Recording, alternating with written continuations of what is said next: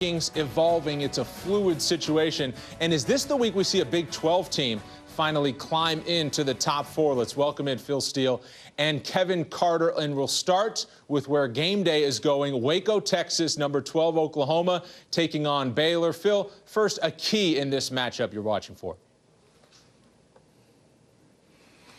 Well, I'll tell you, my computer loves Oklahoma. They come in the number 2 team in the country in my computer. They're top 7, both offense and defense. Last 3 games, they're averaging over 300 yards per game rush and 300 yards per game pass. And while Baylor has dominated teams during the season, they're plus 174 yards per game in Big 12 play, Oklahoma's doing even better at plus 235 yards per game in Big 12 play. Now, with Stidham at quarterback, Baylor only got by Kansas State on the road by 7. Oklahoma beat that same Kansas State team on the road by 55. But quarterbacks' first road starts are usually the toughest. They led that 31-10 in that game, and Baylor has beaten Oklahoma by 29 and 34 the last 2 meetings.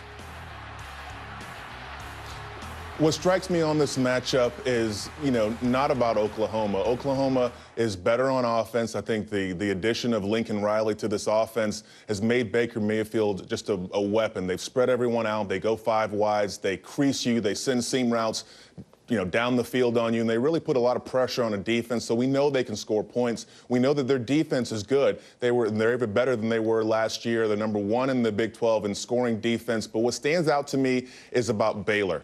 Having Jarrett Stidham at quarterback means you don't have an added run threat like a Seth Russell. When you look at what the Baylor offense did to improve itself this year, is it had Seth Russell as a weapon in the offense when you don't account for him in the run front. So Jarrett Stidham isn't that guy. He's not the guy who's going to take off and run, and they can't take a chance in getting him injured down the stretch of this season. So this Baylor offense is going to change, and we saw that against Kansas State. We didn't see the rushing yards. We saw a lot more pressure on the quarterback to find the open receivers. He has the guys on the outside to do it, and Corey Coleman and Katie Cannon, but I don't think they can get it done against the Oklahoma defense. We'll see if Jarrett Stidham, how he responds in this big game. He had a bye week to get ready for Kansas State. Now that was on a Thursday, extra time to get ready for maybe the Big 12's best defense. So, Phil, who wins this matchup in Waco? Well, as I mentioned, I could make a great case for Oklahoma, but I'm going to go with Baylor. In the last 5 years, they've played 8 ranked teams at home. They've pulled 4 outright upsets and won all 8 games. Baylor's a much better team at home than they are on the road. In fact, they outgained their opponents by 360 yards per game at home. I just can't see Art Briles letting this one slip through his grasp. I'm going to call for Baylor to escape with a very close win. My defensive coordinator, my first year in the NFL was a guy named Willie Shaw. If his name sounds familiar, he's David Shaw, Stanford's head coach's father.